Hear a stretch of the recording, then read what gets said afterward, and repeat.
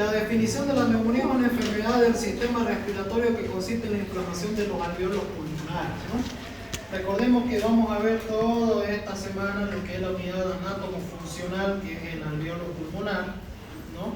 Que es donde se hace el intercambio gaseoso. Normalmente la neumonía consiste en una inflamación a causa de una infección, puede ser por bacteria, virus y en algunos casos hasta por parásito, que produce una infección de los alveolos acompañado de secreción. En este caso puede ser purulenta, mucosa en exceso, etc. Al estar lleno el alveolo de esta secreción va a dificultar la entrada de aire y por ende va a provocar hipoxemia en el paciente, ¿no? Clasificación. Actualmente se maneja lo que es la neumonía extrahospitalaria, también conocida como neumonía adquirida en la comunidad, neumonía intrahospitalaria y la neumonía asociada al ventilador mecánico. Esos son los tres tipos de neumonía clasificaciones de neumonía que actualmente se están manejando. Aunque alguna literatura dicen que la neumonía asociada al ventilador pertenece también a la neumonía intrahospitalaria. Solamente que se la estudie un poco más aparte, porque ahí los gérmenes son un tanto diferentes al resto de las neumonías que vamos a mencionar. Ahora, concepto de cada una. ¿Cuándo va a ser una neumonía adquirida en la comunidad o extrahospitalaria?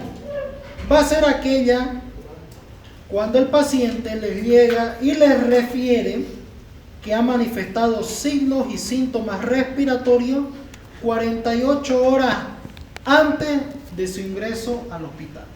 Por ejemplo, si él viene a mi consulta y me dice: mire doctor, estoy con tos, con flemas de color amarillo desde hace 2 días y aparte de eso estoy con cansancio, camino aquí a una cuadra y me empieza a faltar el aire, estoy con fiebre, hace 2 días, son 48 horas. Entonces, si yo veo la radiografía, veo que es un patrón alveolar, lo catalogo como una neumonía adquirida en la comunidad. ¿Por qué? Porque ha adquirido la bacteria o el agente infeccioso fuera del ambiente hospitalario, ¿ya? Neumonía intrahospitalaria es aquella neumonía cuyo paciente empieza a manifestar signos y síntomas respiratorios 48 horas después de su ingreso al hospital, ¿ya? Hasta 90 días posterior al alta médica. Ahora les voy a explicar por qué, ¿ya? Un claro ejemplo, supongamos que ahí a su compañera ingresó por una fractura de pierna, de fémur derecho, digamos, estaba manejando su auto, la chocaron de frente, hace la famosa fractura del pasajero, se fractura el fémur, llega al hospital, le hacen la reducción, está con su yesito y sus analgésicos durante toda la internación, y pasa que a los 2 o 3 días empieza a manifestar fiebre y tos. Entonces hacemos una radiografía, vemos patrón alveolar, damos diagnóstico de neumonía. Como pasaron 48 horas después de su ingreso que empezó a manifestar los síntomas, entonces nosotros vamos a pensar que el germen lo adquirió dentro del ambiente hospitalario. Ahora, ¿por qué también engloba hasta 90 días después de la alta médica? Porque se vio un fenómeno en estas últimas décadas, sobre todo los últimos 20 años. Si ustedes recuerdan, hay algunas bacterias, por ejemplo, cuando yo estaba de estudiante, hay algunas bacterias, por ejemplo, que son típicas y atípicas productoras de neumonía. Y yo me acuerdo que cuando me enseñaron en segundo año, había unas bacterias que entraban en la denominación de atípicas. Pero ya después, cuando llegué al hospital y el Harrison llegó a la 19ª edición, se vio que estos gérmenes atípicos ya estaban en la clasificación de típicos. ¿Qué pasó? Por ejemplo, antes la Klebsiella te enseñaban de que solamente se adquiere en el ambiente hospitalario. La pseudomonas solo se adquiere en el ambiente hospitalario. Ahora está en la clasificación de típico. ¿Por qué? Porque resulta, y sobre todo se ha visto este fenómeno en países tercermundistas como el nuestro, que pasa lo que está pasando actualmente en nuestros hospitales. El hospital está lleno, abarrotado de pacientes, están atendiendo hasta en el piso, eso es pan nuestro de cada día, ¿ya?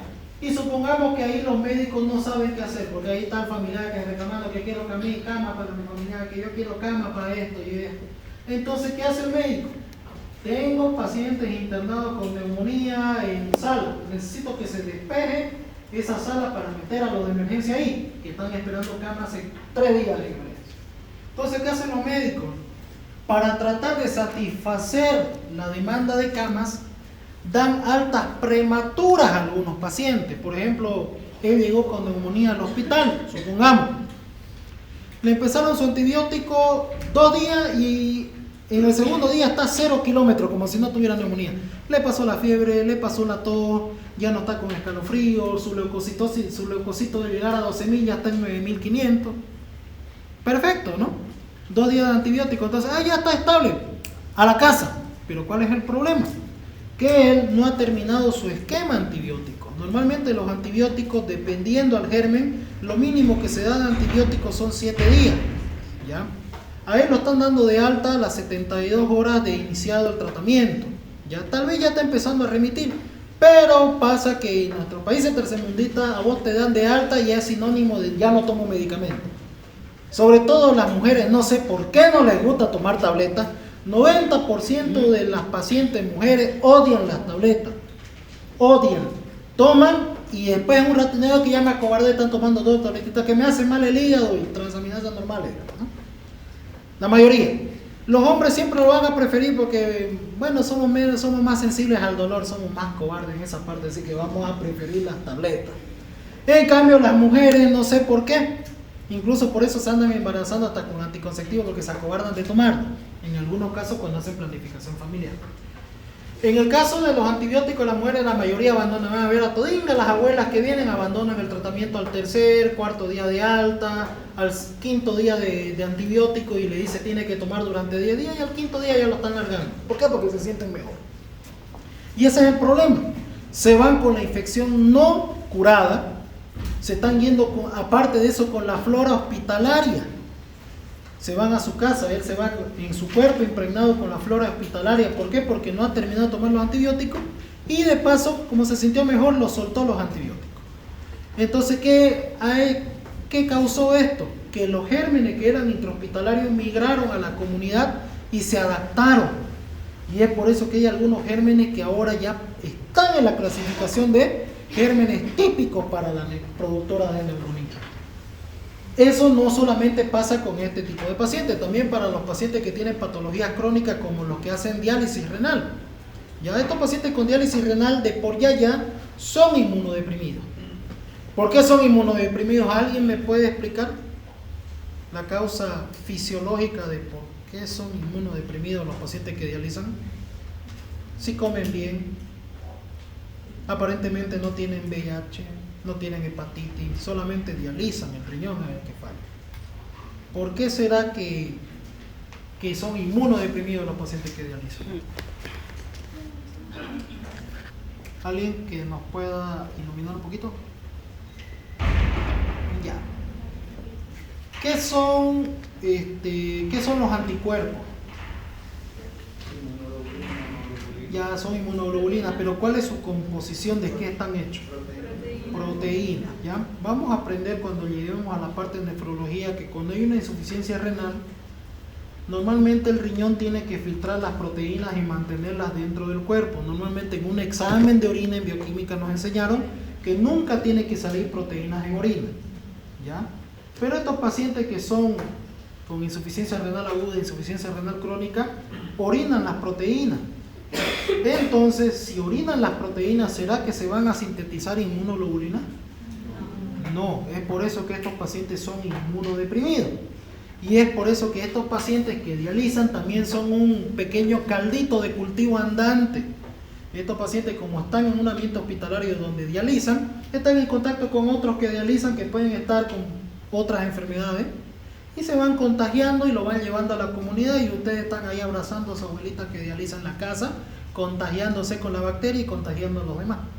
Entonces, por ese mismo fenómeno es que el concepto se alargó hasta 90 días posterior al alta. ¿Por qué? Porque vos como paciente que ha estado internado te estás llevando la flora a tu casa, a la comunidad. Y esto puede desencadenar enfermedades. Normalmente los pacientes renales, por ejemplo, entraron por una neumonía o por, qué sé yo, una infección, un uñero infectado, ¿no? Entraron, se le hizo tratamiento, se fueron y pasan 2 semanas y vuelven con neumonía. ¿Será que es adquirida en la comunidad? No, porque el paciente se ha llevado la flora del hospital. ¿Ya? Entonces eso es muy importante. Y bueno, la neumonía asociada al ventilador mecánico es aquellos que han llegado a ser intubados por motivos de insuficiencia respiratoria, etc. Y lastimosamente todos los equipos hospitalarios tienen su propia flora, ya tienen sus propios gérmenes. Por más que ustedes le pasen lavandina y le prendan fuego con gasolina, hay gérmenes que crecen. Entonces, eso vamos a ir viendo. Bien, fisiopatología. Primeramente tiene que haber la proliferación de organismos dentro del aparato respiratorio. ¿Cómo entran estos organismos al aparato respiratorio? Número uno, por aspiración, por el hecho de estar respirando el aire que puede estar contaminado. Recuerden que nuestro aire no es totalmente puro, ¿ya? Puede ser también con respecto a las broncoaspiraciones. Un típico compañero que estaba borracho en el aniversario de la carrera, y en el colegio médico que acostumbran hacerlo ahí, vomitó tanto que se durmió sobre su vómito y estuvo comiendo vómito mientras dormía, se aspiró y parte del contenido estomacal pasa a la vía respiratoria, produce inflamación e infección. Porque recordemos que nuestra cavidad bucal también tiene su propia flora saprófica, ¿no? Gotas de flujo, que es lo que está dando la mayoría, los que están tosiendo, los que están resfriados. Ahorita hay una epidemia de influenza temporada. Entonces, por los mismos aerosoles que produce la lluvia se dispersan estos virus. Los mismos gotitas de flujo que el enfermo libera al medio ambiente, uno lo inhala, entra en este caso el virus y produce la enfermedad. Bien, hematógeno. Eso por ejemplo, en algunas infecciones, por ejemplo, cuando uno entra por una infección urinaria, si no es correctamente tratada a tiempo por la vía sanguínea, la bacteria que produjo la infección urinaria puede llegar al pulmón y desencadenar una neumonía. Lo mismo aquellos pacientes que cursan con un absceso en miembros inferiores, en manos, también algunos que hacen celulitis a nivel de miembros inferiores. Si no es correctamente tratado, este germen a través de la sangre migra al pulmón y desencadena una neumonía. Contigüidad, algún órgano cercano que esté con alguna infección puede contagiar al pulmón, ¿no? Bien, normalmente la proliferación de organismos es controlada por los mecanismos anatómicos y fisiológicos de la vía respiratoria. Esto lo hablamos, por ejemplo, en anteriores clases. Por ejemplo, tenemos las vibrisas y los cornetes nasales, ¿no?, que se encargan de atrapar algunas partículas que entran con el aire y calentar el aire que inhalamos para que no entre el aire frío dentro del aparato respiratorio, ¿no? El epitelio mucociliar, el epitelio pseudoestratificado cilíndrico ciliado, que se encarga de hacer una limpieza del aparato respiratorio. Si por ejemplo alguno de ustedes en la mañana amanece con las fosas nasales congestionadas o con sensación de flema en la garganta, es gracias a este epitelio que durante la noche se pone a barrer todo el pulmón y llevar todas las impurezas hacia arriba. Es por eso que amanecen con eso. Es normal que amanezca la flema o el esputo un poco verde. ¿Por qué? Porque está mezclado con las impurezas que entran por el aire, ¿ya? Así que en algunos casos es normal. Mecanismos reflejos como la tos. Por ejemplo, los pacientes cuando a veces respiramos un aire no muy puro, por ejemplo en la época cuando hay la humareda de agosto, septiembre, octubre, uno inhala y a veces empiezan a toser. ¿Por qué? Porque este aire no está puro. Entonces el cuerpo automáticamente desencadena lo que es el reflejo de la tos para expulsar todas estas impurezas afuera. Ahora, aquí muestran las náuseas. Y ha habido algunos casos, por ejemplo, que hay algunos que dicen tosí y empecé a vomitar. ¿Por qué se da esto? Por el mismo hecho de que si recordamos, no me acuerdo cómo se dibuja el bulbo raquídeo, creo que tenía 4 pedúnculos acá del cerebelo, ¿ya? Tenemos lo que se llama el centro respiratorio a este nivel, ¿ya? Normalmente el estímulo nervioso sube, desencadena el reflejo de la tos, pero cuando el reflejo de la tos es muy fuerte, este estímulo pasa a un centro que es encargado de lo que es regular todo lo que es el peristaltismo intestinal. Si se llega a este nivel, desencadena el reflejo de las náuseas y vómitos. Por eso es que hay algunos pacientes que tosen hasta vomitar. Se ve más común en niños y en pacientes de la tercera edad, porque el estímulo es tan fuerte que llega hasta esa zona y desencadena ese reflejo. No solo por eso, sino también que la misma tos relaja el esfínter esofágico superior y relaja el diafragma, lo cual produce el reflejo de vómito en este tipo de pacientes. ¿Ya? Bien. Luego, ¿qué otra más? La flora normal respiratoria, pero de la vía respiratoria superior. La vía respiratoria inferior no tiene flora, ¿ya? Pero la vía respiratoria superior sí, porque está en contacto con la faringe, la cavidad bucal, y al tener una flora respiratoria de ese nivel, combate con otras bacterias que pudieran entrar y se neutralizan, ¿no? Si estos mecanismos de defensa fallan, entonces tenemos los otros mecanismos que son los mecanismos de defensa celulares y los mecanismos de defensa humoral. Si hablamos de los celulares, el principal es el macrófago, que hablamos que es el neumocito tipo 3, o también conocido como célula del polvo, ¿no? Que fagocita todo lo que ingresa al alveolo pulmonar. Cuando este fagocita algún tipo de germen, va a empezar a liberar estos mediadores de la inflamación como la interleucina 1 y el factor de necrosis tumoral. Que estos, al llegar al torrente sanguíneo, va a desencadenar la famosa fiebre de la neumonía. Luego, este macrófago también va a liberar otro tipo de citoquinas, como el interleucina 8, factor de estimulante de colonias granulocitos, que va a llamar más granulocitos al sitio de la infección, principalmente neutrófilos y macrófagos, ¿no? Esto, al haber el choque antígeno-anticuerpo, van a producir el famoso pus, esto se caracteriza como la famosa secreción purulenta que manifiestan los pacientes con neumonía, esas expectoraciones amarillas, cafés, negras, de todos colores. Y aparte de eso, esta misma citocina va a producir lo que es la fuga alveolo capilar. Si esto se da en gran cantidad, no solamente en la zona localizada, sino como hay tantas mediadoras de inflamación que la vasodilatación se hace generalizada, vamos a llegar al síndrome de distrés respiratorio agudo, que ya lo avanzamos en la anterior clase, ¿ya? Y este síndrome de distrés respiratorio agudo va a desencadenar la hipoxemia en el paciente. Ahora, ¿será que estos pacientes pueden toser un poco de sangre? Sí, por el mismo mecanismo de la fuga alveolo capilar. Tenemos nuestro alveolo acá. Toda esta semana vamos a dibujar el alveolo. Tenemos acá el vaso sanguíneo capilar, que ya tenemos el vaso sanguíneo capilar y bueno, tenemos el intersticio que se encuentra acá. Entonces, por la liberación de esta citocina, este capilar va a aumentar su permeabilidad. ¿Y qué tenemos dentro de los vasos sanguíneos? Tenemos lo que es el plasma sanguíneo y los elementos formes de la sangre, como los glóbulos blancos y los glóbulos rojos, ¿no? Y plaquetas entre medio. Vamos a hablar de los glóbulos rojos.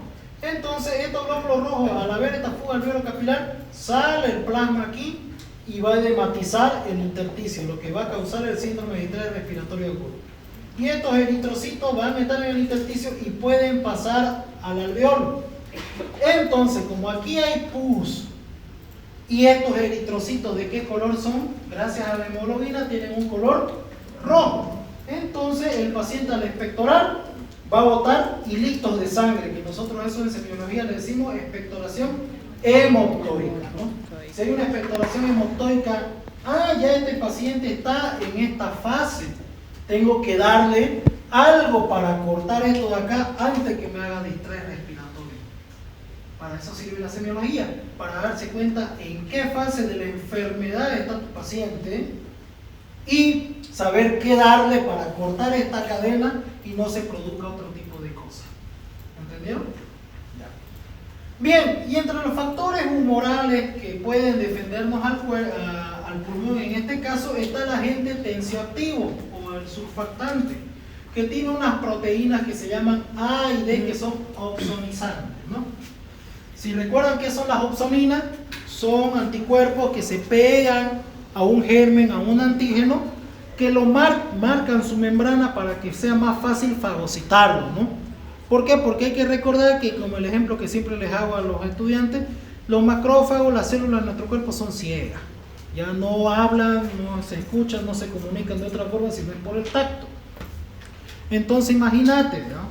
Supongamos que ella es una bacteria, ¿ya? Y él es un macrófago. ¿Cómo va a reconocer que ella es una bacteria si no la puede ver? Porque estos amiguitos, las células no tienen ojos, no hablan nada.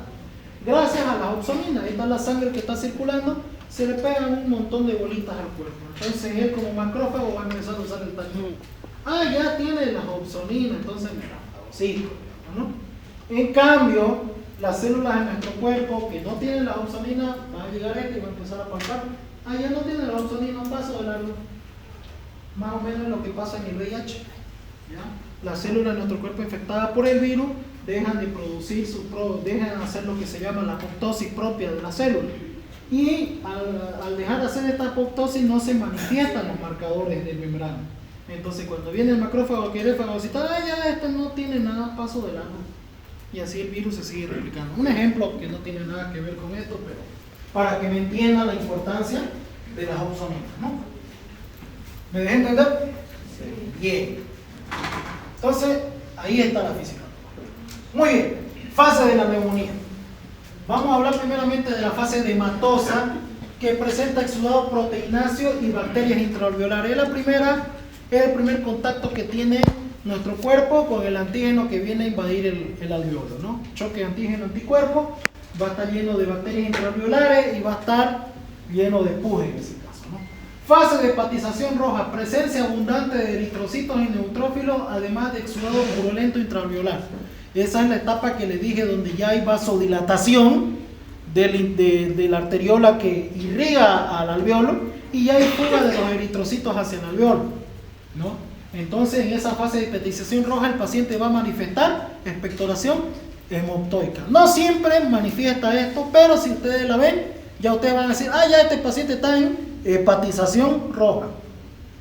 Luego, si la enfermedad sigue su curso y se logra contener la infección, empieza la fase de hepatización gris, que es la contención satisfactoria de la infección con depósitos de fibrina y de neutrófilo. En otras palabras, ya pasó la infección y entonces empieza el periodo de reparación. Los neutrófilos empiezan a fagocitar todas las células muertas que hayan quedado del choque antígeno-anticuerpo y empiezan a llamar a lo que se llaman los fibroblastos a cicatrizar el alveolo.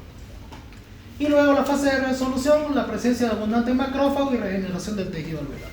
Entonces estas son las 4 fases de la neumonía: la hematosa, hepatización roja, hepatización gris y resolución.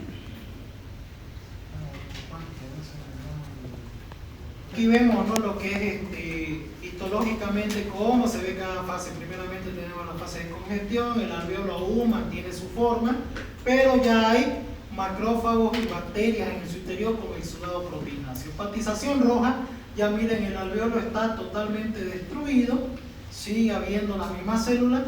Luego viene lo que es la hepatización gris, ya más o menos empieza a repararse el alveolo hasta quedar en la fase de resolución de esta forma. Y esto es algo muy importante que tienen que acordarse.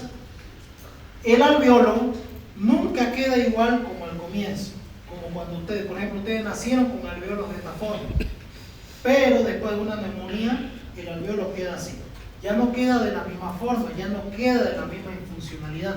Por eso es muy importante en las neumonías actuar a tiempo. ¿Por qué?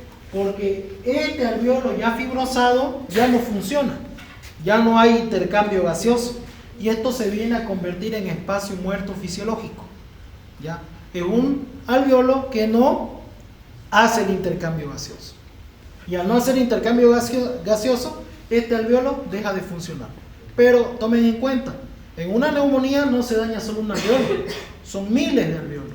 Si ustedes dejaron de que se fibrose de esta forma el alveolo, imagínense, es un segmento del pulmón que se va perdiendo.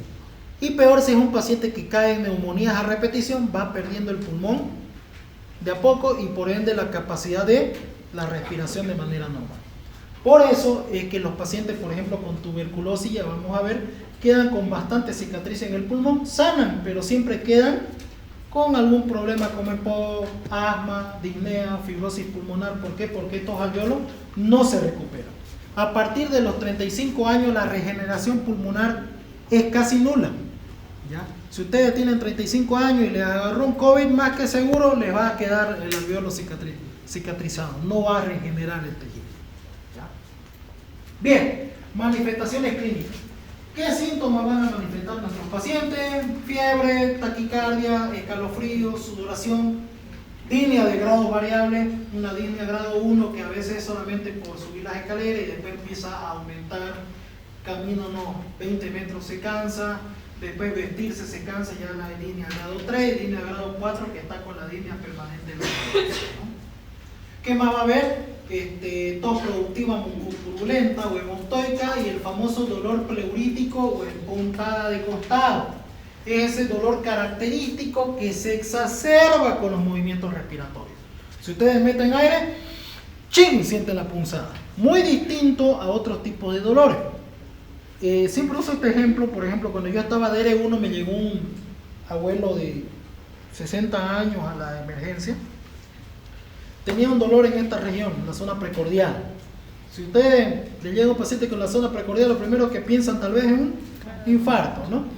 Entonces, mire doctor, me empezó a doler hace unas 12 horas el pecho. Soy diabético. Ah, la mierda, es diabético.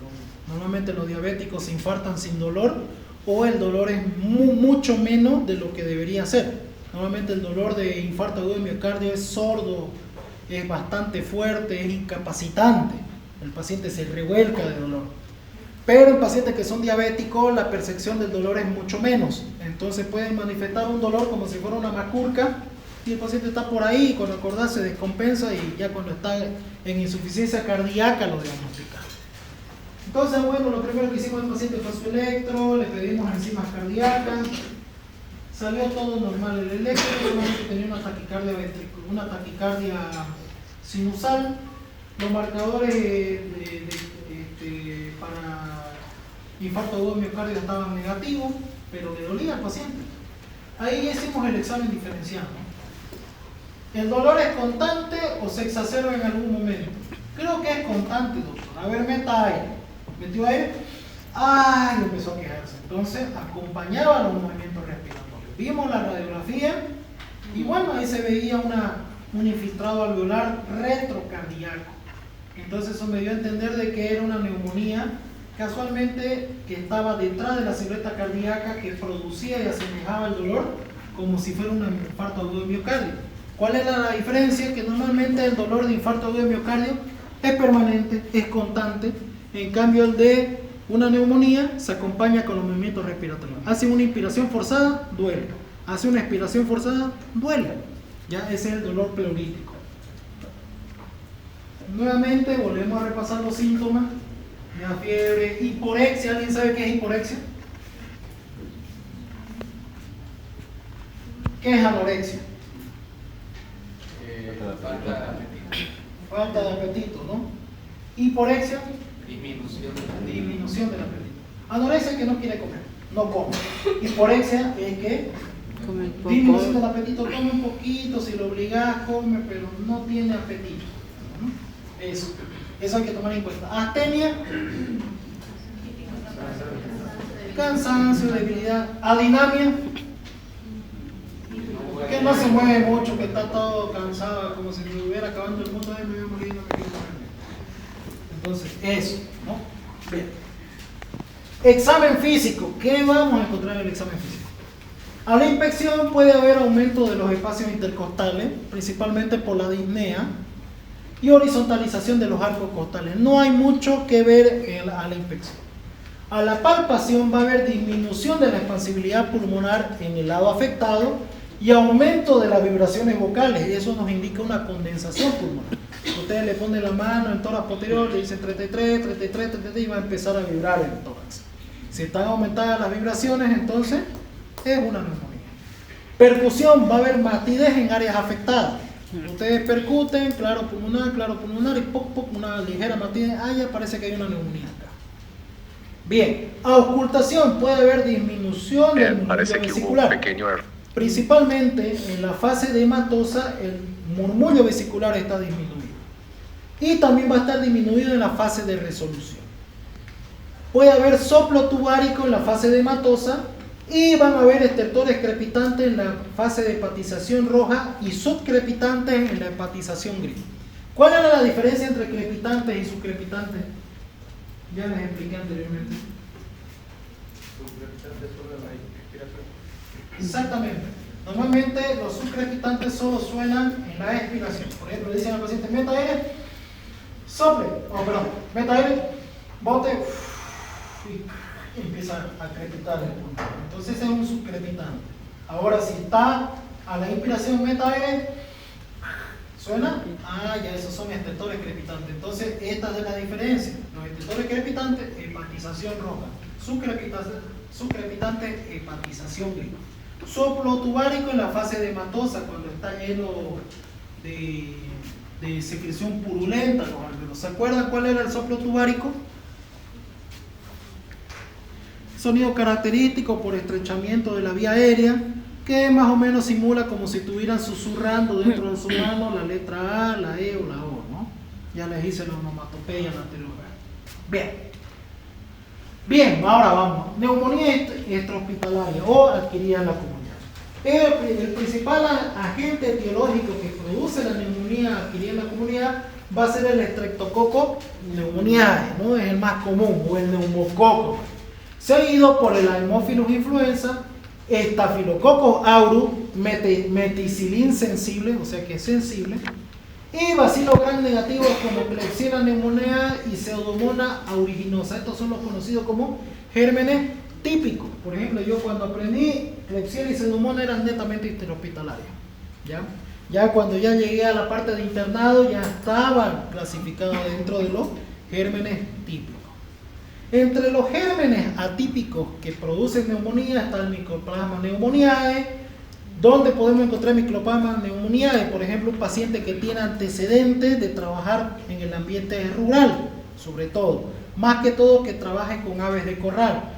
La Chlamydia pneumoniae, que se relaciona cuando crían palomas o gallinas, y la Legionella, que principalmente se relaciona con ambientes con bastante humedad y circulación de aire constante, por ejemplo, aires acondicionados, sistemas de calefacción, y normalmente estos se contagian en hoteles, aviones y cruceros, ¿ya?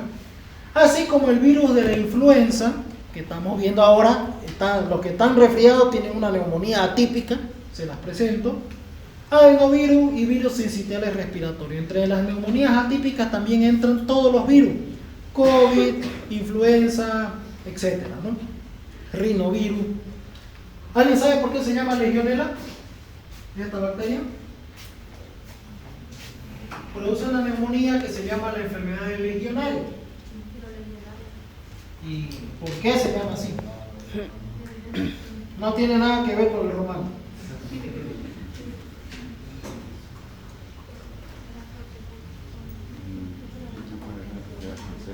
Ya.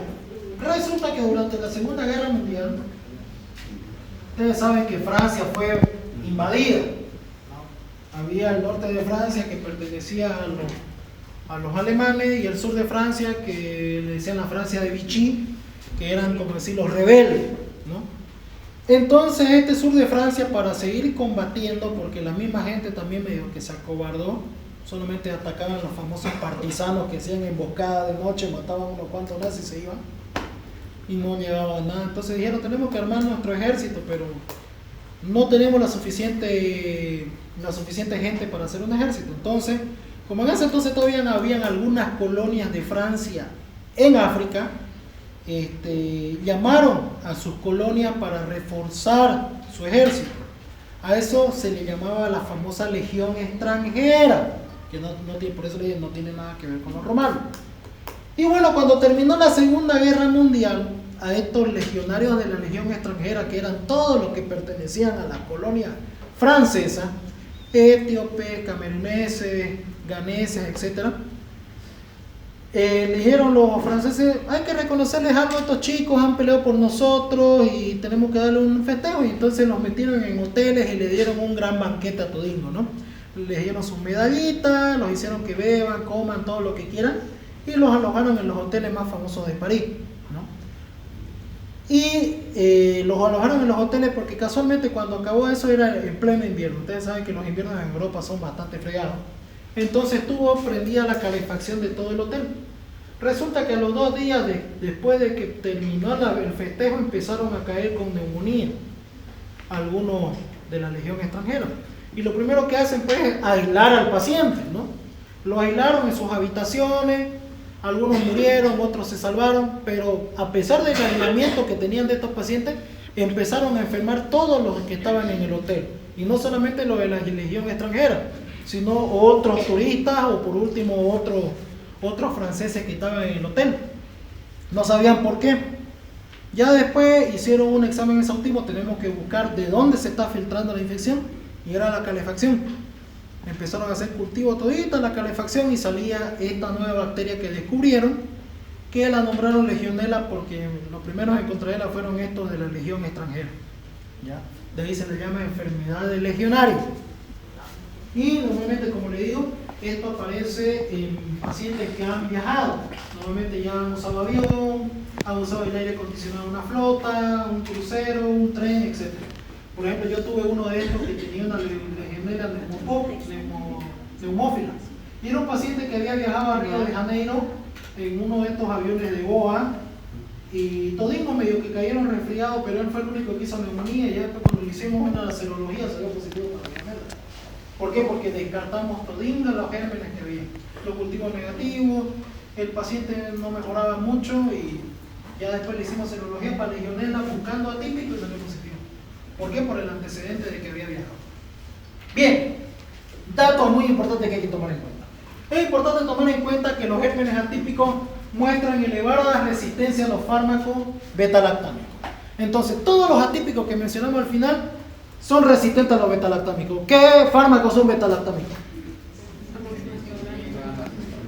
Penicilina, cefalosporinas, ¿qué más? Los carbapenémicos, ¿qué más? Las ureidopenicilinas, las aminopenicilinas, ¿no? Entonces, ustedes si sospechan un atípico, ¿le van a dar una ceftriaxona? ¿Le van a dar una penicilina? No. Por ejemplo, ustedes cuando entren a internado, sean internos y les agarra a alguno de ustedes neumonía, ¿será que si le da una amoxicilina va a mejorar sus compañeros? No, porque como ustedes están en el ambiente intrahospitalario, la mayoría son atípicos, entonces esos fármacos no le van a hacer efecto a esos fármacos, ¿ya? Los anaerobios intervienen de forma importante solo cuando existe broncoaspiración. Por ejemplo, si tienen el antecedente que llegó una neumonía brutal con una brutal condensación y el antecedente es mire doctor, yo ayer estaba en la fiesta de medicina y vomité, bebí hasta vomitar, ¿no? Y algunos pues se broncoaspiran con el propio vómito.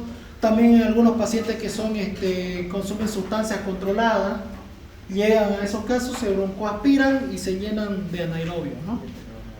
Esto está relacionado con el alcoholismo, drogas excesivas y pacientes que convulsionan. Si un paciente con epilepsia puede vomitar en medio de la crisis y broncoaspirarse, pudiendo provocar abscesos pulmonares o derrames paraneumónicos importantes. Entonces, si ustedes ven una neumonía con abscesos, más que seguro ha sido una broncoaspiración y es por anaerobio. Entonces, ¿qué fármaco darían para tratar un anaerobio? ¿Qué fármaco darían para anaerobio?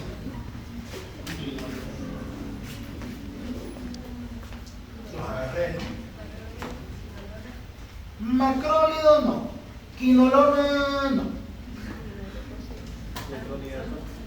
metronidazol, esa es una opción. ¿Qué otra más? Si el metronidazol no funciona porque es más antiparasitario, pero sí cura. ¿Será que el meropenem tiene cobertura? Tiene una ligera cobertura, incluso hasta la moxiclavulánico. Pero cuando el metronidazol te falla, está el otro para anaerobio que es la clindamicina. ¿Ya? Entonces, eso, digamos, gracias a estos datos de la anamnesis del paciente, ustedes pueden llegar a adelantar un tratamiento terapéutico. ¿Qué más?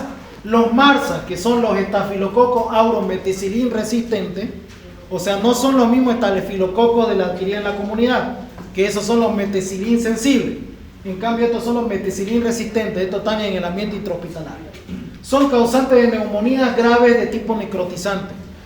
Por ejemplo, el otro día yo vi un paciente que falleció por neumonía por estafilococo. Avanza muy rápido. Por ejemplo, hoy está con fiebre, mañana está en insuficiencia respiratoria. Y si no la tienen pasado, ya está intubado. Avanza demasiado rápido y para el colmo, llega a producir cavitaciones. Pueden confundirlo con la tuberculosis, por eso dicen neumonías de tipo necrotizante. ¿Ya? Paciente que comienza con una neumonía de manera furtiva y aparte empieza a hacer cavitaciones, piensen en un estafilococo meticilin resistente. ¿Qué tratamiento darían, por ejemplo, para eso? Vancomicina, que es el indicado para los meticilin resistentes, ¿no? ¿Hay otro fármaco para los meticilin resistentes? El Linezolid, ¿no? Que es el último en el esquema, ¿no? Ahora, ¿y si fuera un meticilin sensible?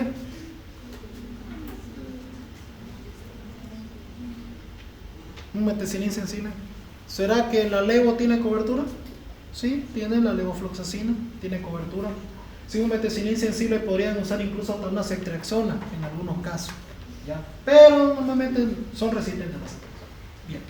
Pseudomonas aeruginosa infecta a pacientes con neumopatías estructurales graves como bronquiectasia, fibrosis quística o EPOC.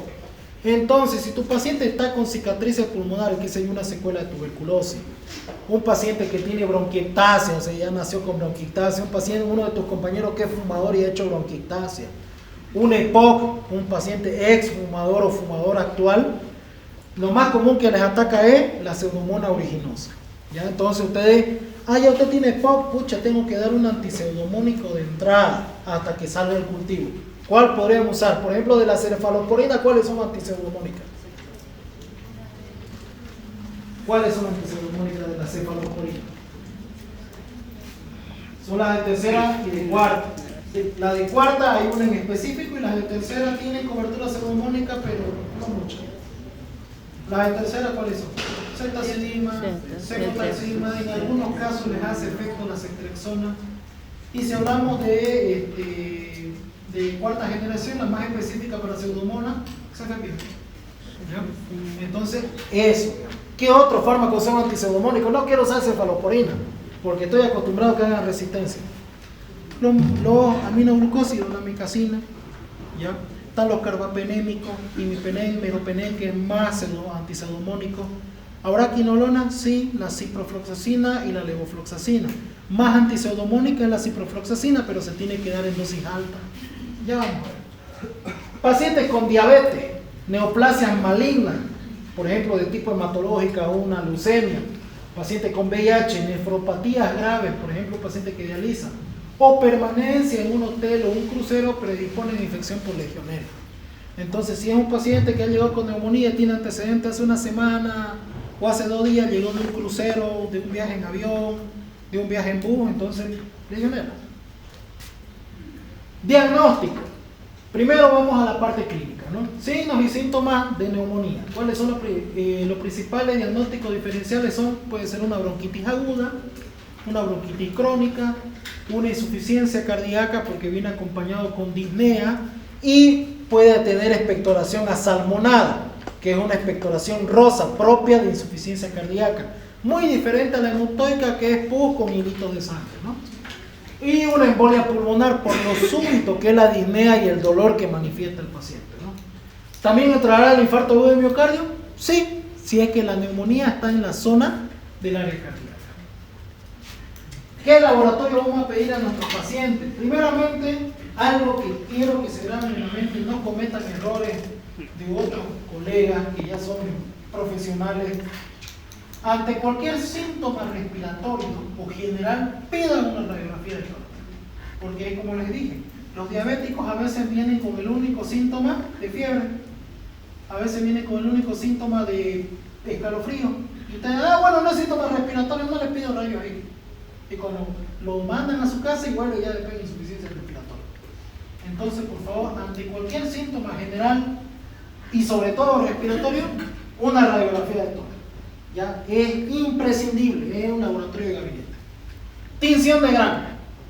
Pueden agarrar, digamos, al paciente, Bueno, lo estoy internando, el cultivo tarda 3 días en salir, pero quiero saber si es gram positivo o gram negativo para saber qué antibiótico pedir. O ir iniciando hasta que salga el cultivo, no van a esperar 3 días. Entonces agarran y le dicen, a ver, inspectores, y mandan al laboratorio, solicito tinción de gran desputo. Entonces te van a reportar qué ven, si ven cocos gram positivo, gram negativo, si ven bacilos gram positivo, gram negativo. Entonces con eso nosotros nos vamos a saber en qué familia está y qué antibiótico ir adelantando hasta que salga el cultivo. Cultivo más antiviral de esputo, que siempre tienen que pedir para saber qué germen es. ¿Pueden pedir cultivo micológico de esputo? Sí. Normalmente aquí en nuestra comunidad la mayoría de las neumonías no es por hongo. Pero si tiene antecedentes, por ejemplo, de trabajo en área rural, ¿ya? Tiene una evolución crónica de su neumonía, qué sé yo, hace 3 meses ya estoy con todo, doctor, ya me descartaron tuberculosis y no mejoro, puede ser una micosis pulmonar. Hemocultivo, normalmente de gabinete siempre lo piden, pero en el caso de las neumonías los hemocultivos solamente salen positivos de 5 a 14 hemocultivos positivos. ¿Qué quiere decir? Pueden estar con una neumonía por legionela, le hacen un hemocultivo, puede salir negativo. Así que no se confíen si el hemocultivo sale negativo, no descarta una neumonía. Una PCR, reacción cadena de polimerasa, por ejemplo, pueden pedir lo que yo le hice para el paciente PCR para tuberculosis, si quieren un diagnóstico rápido diferencial de una tuberculosis. Pueden pedir PCR para legionela. ¿Ya? Eso. Hay algo que, por ejemplo, en este tipo de PCR que ahora se está utilizando bastante son los famosos paneles respiratorios. ¿Ya? Estos paneles respiratorios te hacen PCR del esputo y te testean hasta 32 gérmenes, entre ellos bacterias, virus y algunos hongos. ¿Ya? Entonces, si el paciente tiene la disponibilidad económica y lo acepta, le dicen, mire, le podemos hacer un panel respiratorio del esputo y esto me sale mañana y nos va a decir si hay las 32 neumonías más comunes que hay en nuestro medio. Te testea COVID, te testea influenza, te testea aspergillus, que es el hongo más común, te testea los gérmenes típicos y atípicos que acabamos de ver, incluso los que podés adquirir, por ejemplo, en el campo, como la rickettsia, una rickettsiosa. Así que es bastante útil. El problema es que el costo es bastante elevado. Normalmente un panel respiratorio te sale entre 1.200 a 2.000 bolivianos. Es bastante caro. Pero si tenés un paciente que tiene recursos, podemos hacer un panel, digamos, ¿no? Y así, digamos, más rápido llegan al diagnóstico. Método serológico, IgM 4 veces su concentración. Me pueden solicitar una IgM en un paciente. Si sale 4 veces su elevación normal, pueden pensar en una. Tenemos la radiografía. Una que les mandé fue, por ejemplo, aquí tenemos un patrón alveolar con broncograma aéreo y ocupa una gran parte del pulmón. Esto es una condensación, ¿no?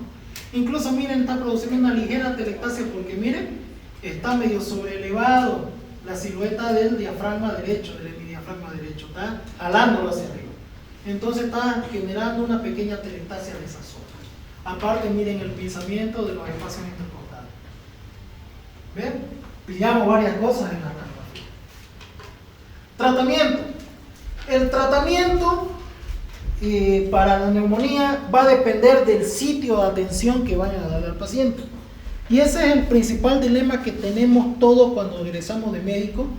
Muy bien, ya diagnostiqué mi neumonía, ahora ¿qué hago con el paciente? ¿Lo mando a su casa? Y si me equivoco y tal vez el paciente se pone mal en su casa, ¿me van a echar la culpa a mí? O lo interno y tal vez no es tan grave y el paciente y los familiares me van a decir, ¿por qué me lo internó si esto estaba débil y me está haciendo gastar plata? Entonces, hay varias escalitas que nos ayudan a diferenciar qué paciente internamos, qué paciente mandamos a ambulatorio e incluso qué paciente mandamos a terapia intensiva, ¿no? El más común, digamos, el que se utiliza es el famoso índice de la gravedad de la neumonía, que se llama el PCI. Y el otro que es el más fácil es el CUR 65, que este nos va a decir, digamos, exactamente dónde podemos atender. Por ejemplo, este es el famoso CUR 65, es el más sencillo de aprender. ¿Qué nos evalúa el CUR 65? Número 1, la C es de confusión. Si su paciente está confundido, desorientado, vale un punto. Urea sérica, ustedes agarran, le solicitan una urea al paciente, si está arriba de 7 milimoles, otro punto. R, de frecuencia respiratoria. Si su frecuencia respiratoria está arriba de 24 a 30 respiraciones por minuto, otro punto. B, de presión. Si está hipotensando o está hipertenso, otro punto. Y 65D, si es mayor de 65 años, otro punto. ¿Y para qué nos sirve este curso 65? Dependiendo de la puntuación. Si es un curso 65-0, se puede hacer el tratamiento ambulatorio. Tiene una mortalidad de 0,7. ¿Ya? Si hacemos el curso 65 sale 1, igual sigue siendo ambulatorio. Si ya nos sale 2, considerar el ingreso a una internación, a sala. Porque la mortalidad es 9.2 y hay varios síntomas ya, ¿no?, que comprometen la parte hemodinámica. Entonces ustedes agarran y dicen, muy bien, está con criterios para internar, yo creo que sería bueno internarlo, y el paciente ya va a decidir si quiere hacerte caso o quiere irse a ambulatorio. Si en caso se va a ambulatorio, ustedes le recomiendan, por favor vuelva mañana para un control, o si empieza a aumentar la disnea, venga nuevamente, por favor. Para eso es considerar ingreso. Sale un CUR de 3, ingreso de entrada. Salió CUR de 3, ustedes dicen, tienen que internarse. ¿Por qué? Porque se puede poner mal. Ingreso o CUR de 3 a 4, y miren la mortalidad del 31%, tienen que ingresarlo y considerar pasar a terapia, a UCI. Le dicen al paciente, mira, lo vamos a internar, pero creo yo mejor que estaría mejor en una unidad de cuidados intensivos donde lo puedan ver las 24 horas para evitar complicaciones. Y si sale un CUR de 4 a 5, miren la mortalidad de 40%, ingresar a terapia de inmediato. No hay vuelta atrás, no se discute. ¿Ya? ¿Me entendieron? Sí. Ahora, si en caso no tienen la urea, no tienen laboratorio, pueden tomar en cuenta las otras letras del CUR. Igual le da, digamos, por ejemplo, si sale 0, ambulatorio, 1 a 2, ingreso, y 3 a 4, considerar ingreso a UTI. Si no tienen laboratorios de sangre de urea en este caso, solamente con los signos y signos. Después está el PCI, que este es el más exacto, pero mire cuánto te toma, cuántos puntos, cuántos números, cuántas directrices te toma en cuenta para considerar el ingreso, ¿no? Por ejemplo, aquí te hay parámetros demográficos, si es hombre, si es mujer, si de dónde procede de residencia, ahí te dan los puntajes de cada uno. Comorbilidades, si tiene neoplasia, 10 puntos, 30 puntos, si tiene patopatía, 20 puntos, insuficiencia cardíaca 10, ACV 10, nefropatía, o sea, los antecedentes, ¿no? Si la exploración física a nivel de conciencia está alterado, 20 puntos, frecuencia respiratoria mayor a 30, 20 puntos, y así van sumando cada una de las directrices. Por ejemplo, grupo 1, cuando te sale menor a 70, domicilio. Grupo 2, igual, menor a 70, domicilio. Grupo 3, si el PCI te salió entre 71 y 90, observarlo, o sea, tenerlo internado y reevaluar en unas 24 horas cómo está el paciente. Grupo 4, de 91 a 130 puntos, ingresar hospitalario y valorar ingreso a UCI.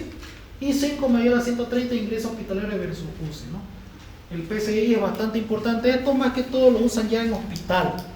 Ustedes, si se lo aprenden de memoria en consulta, van a ser malditos. Pero aprendérselo todo esto de memoria, yo por ejemplo tengo problemas para aprender números. Letras me acuerdo, números me cuesta. Entonces, digamos, no está de más siempre que lleven una tablita, así como hacen sus copias con don Alfredo, así chiquitito en la fotocopiadora. Llévensela a sus tablitas, digamos, la dosis de amoxicilina pediátrica, ya, el PCI que me enseñó el doctor Moreno.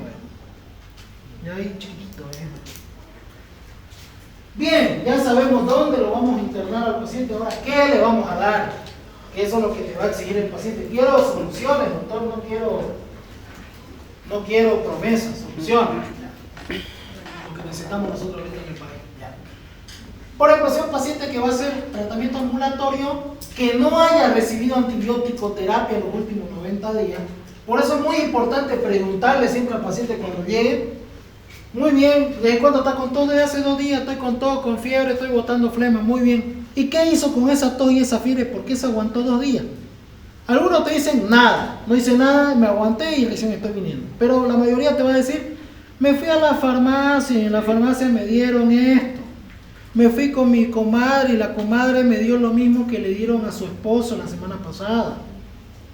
Entonces, si no usó, si es el paciente perfecto que se aguantó y vino con ustedes directo, van a usar este esquema. ¿Cuál es el esquema? Un macrólido. La claritromicina, 500 miligramos vía oral 2 veces al día, cada 12 horas. O la citromicina, la primera dosis de 500 y luego 250 miligramos al día. La mayoría acitromicina usa. ¿Qué opino yo? No sabe. ¿Por qué? Porque si hablamos de penetración a los órganos, si hablamos al pulmón, que es lo que nos interesa, la claritromicina llega a 40% más que la citromicina pulmón. ¿Ya? Pero aquí están acostumbrados a darte acitromicina ante cualquier resfriado loco. ¿O no? En el COVID se hizo famosa la citromicina. Otro dato importante, la citromicina es arritmogénica. Tenés un paciente con arritmia cardíaca, insuficiencia cardíaca, no le vas a dar acitromicina. ¿Por qué? Porque le podés desencadenar una arritmia.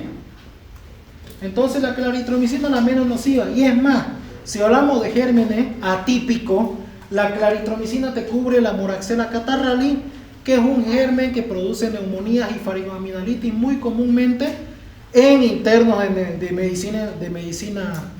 medicina. ¿Por qué? Porque se andan besuqueando en el internado con los residentes y se pasan la bacteria.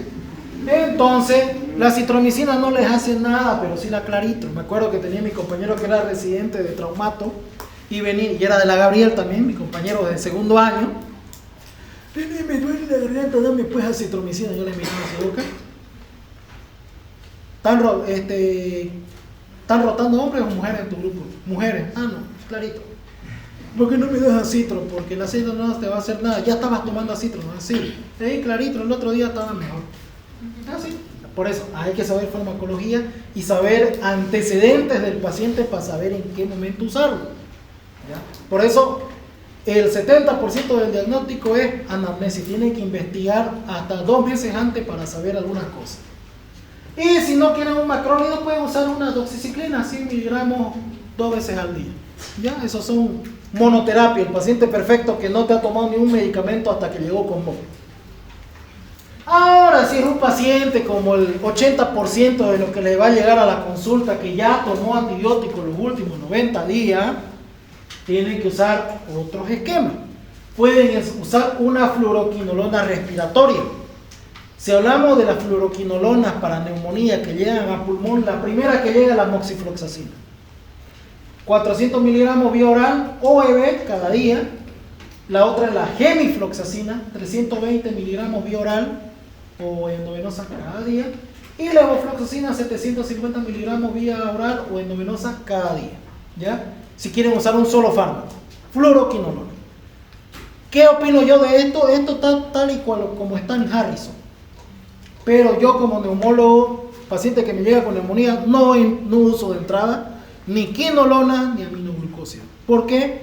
Porque aquí hay un germen que habita mucho en nuestra sociedad que se llama la tuberculosis. Y ya vamos a aprender el jueves que tanto como las quinolonas como los aminoglucósidos son fármacos de segunda línea de tuberculosis. Si ustedes le dan, supongamos que esto no es una neumonía, es una tuberculosis, pero todo comienza como una neumonía. Si ustedes le dan estos fármacos al paciente va a mejorar, los 7 días que tenga antibiótico le van a suspender, va a pasar una semana y le va a volver peor el cuadro. ¿Ya? Es por eso. Y a veces no se usa, ¿por qué? Porque puede generar resistencia y ya cuando diagnostiquen la tuberculosis ya algunos fármacos no le van a hacer efecto. Por eso yo como neumólogo no recomiendo a pacientes con sintomatología respiratoria iniciarle quinolona o aminoglucósidos de entrada. ¿Hay algunos casos que sí se puede usar? Sí, cuando ya te llegan, pues, qué sé yo, en insuficiencia respiratoria, en distrés, no te queda más. Pero si te ha llegado, digamos, con los primeros síntomas, no lo uses de entrada, por favor. Es un crimen. Se van a dar cuenta, por ejemplo, si ustedes van a las otras especialidades, trauma, cirugía, de entrada le dan levo, de entrada le dan cipro. Hasta para un dolor de muela dan cipro. Ya están malgastando un antibiótico. Bien, si no quieren usar, pero ojo, en el examen tienen que responder así. ¿Por qué? Porque está basado en el libro. Ahora en su práctica de ustedes ya les estoy dando mi recomendación, ¿no? Pero en el examen va a entrar eso. ¿Ya? Ojo, así como está en el libro. Luego, otro esquema puede ser un betalactámico, como ser la amoxicilina, 1 gramo 3 veces al día, amoxiclavulánico, 2 gramos 2 veces al día, una ceftriaxona, cefodoxima, cefuroxima, y a cualquiera de estos se le agrega un macrólido. ¿Qué macrólido hemos aprendido que es el mejor? La claritromicina. Por ejemplo, yo cuando llegaban los pacientes a emergencia, iniciaba la famosa Cetria clarita, betalactámico y un macrólido. Ya con eso tenés una cobertura básica hasta que vayas viendo la evolución del paciente y los resultados de los estudios, ¿no? Ahora, si es un paciente hospitalizado, o sea, una neumonía intrahospitalaria, ¿ya?